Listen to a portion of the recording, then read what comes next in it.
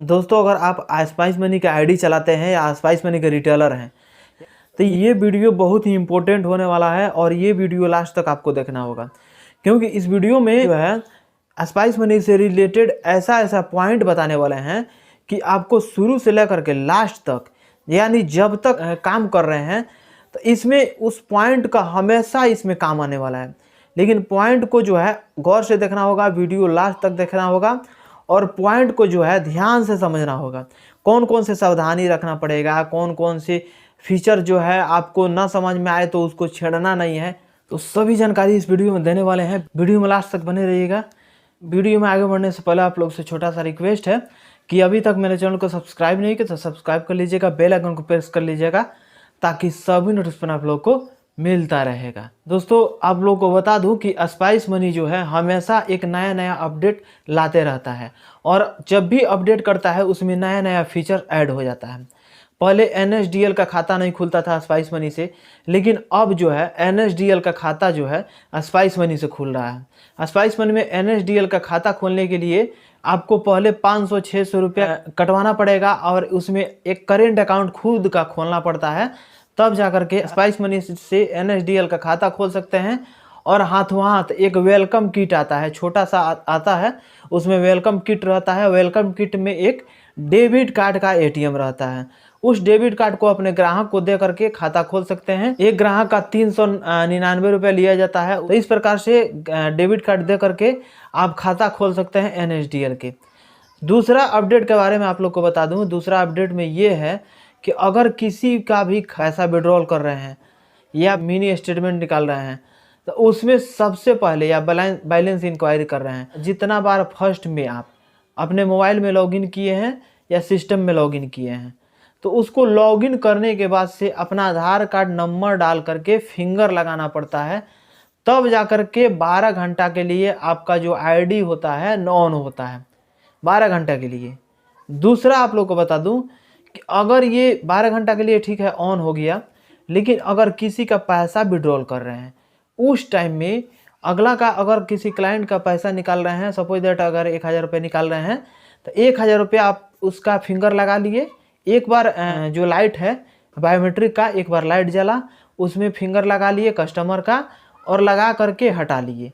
फिर एक बार और टिक लगा करके और अपना फिंगर लगाने के लिए ऑप्शन देता है, तो दोबारा वो उसको क्या करना है, फिर अपना फिंगर लगाना है। जो स्पाइस मनी अधिकारी है उसका फिंगर लगेगा, पहले ग्राहक का, दूसरा बार अधिकारी का, उसमें फिंगर लगा लेना है। फिंगर लगाने के बाद से तब जा कर के एक ग्राहक का पैसा निकल पाता है।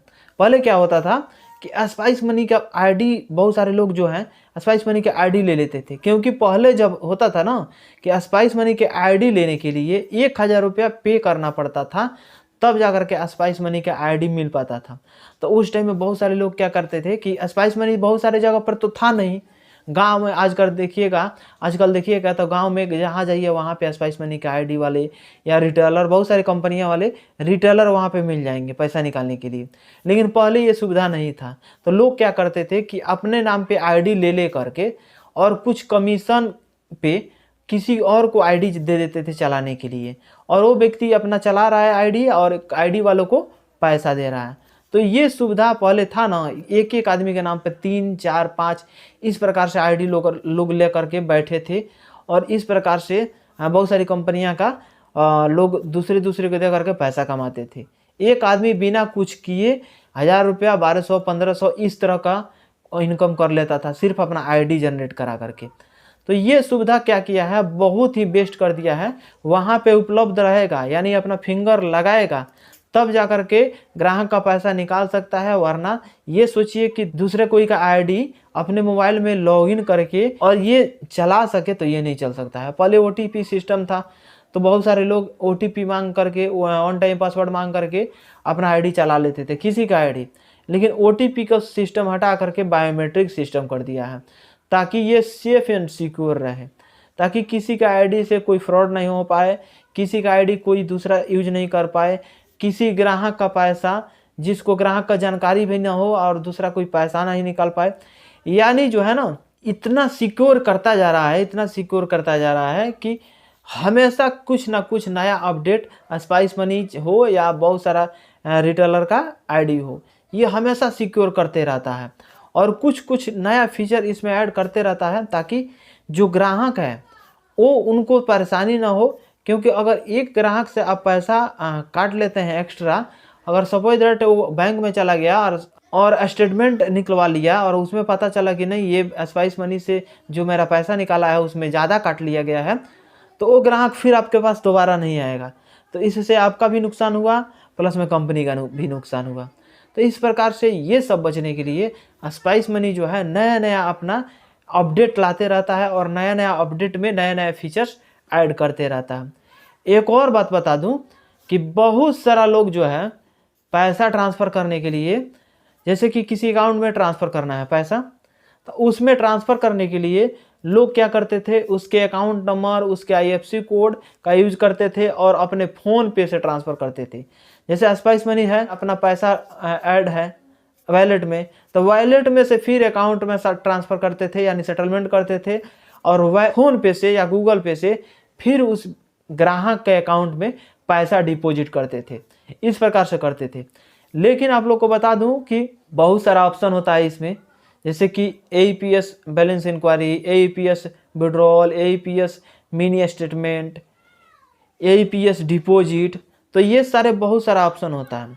उसी ऑप्शन में एक होता है AEPS डिपॉजिट। अब जिस ग्राहक का पैसा, जिस ग्राहक के खाता में पैसा ऐड करना है, उस ग्राहक का आधार नंबर उसमें AEPS डिपॉजिट में डाल देना है और फर्स्ट में देता है बैंक चूज करने के लिए कि कौन सा बैंक है ये। तो उस ग्राहक से आपको पता कर लेना है कि उसका कौन सा खाता है और उस खाता में क्या करना है कि जो पैसा है उसको आधार नंबर डाल करके डायरेक्ट ट्रांसफ़र कर सकते हैं। हाँ, इसी कंडीशन में हो सकता है। डिपॉजिट किस कंडीशन में हो सकता है कि अगर उसके खाता में उसका आधार नंबर लिंक होगा तभी जाकर के पैसा जो है उसके खाता में डिपॉजिट कर सकते हैं आधार कार्ड से, वरना आप नहीं कर सकते हैं। क्योंकि आजकल जितने सारे खाता खुल रहे हैं सब आधार कार्ड से तो लिंक है खाता, लेकिन पुराने वाले जो बहुत सारे खाता हैं, जो जनधन खाता है, बहुत कम ही ऐसा खाता है जनधन खाता में जिसमें कि ये सिस्टम नहीं किया गया है। और ये सिस्टम जो है ना, अगर सिस्टम ये नहीं किया गया रहता है तो उस खाता में जो है पैसा नहीं डिपॉजिट हो पाता है। दोस्तों के पास शेयर कर दीजिएगा, एक लाइक कर दीजिएगा। मिलेंगे नेक्स्ट वीडियो में। आज के लिए बस इतना ही। जय हिंद।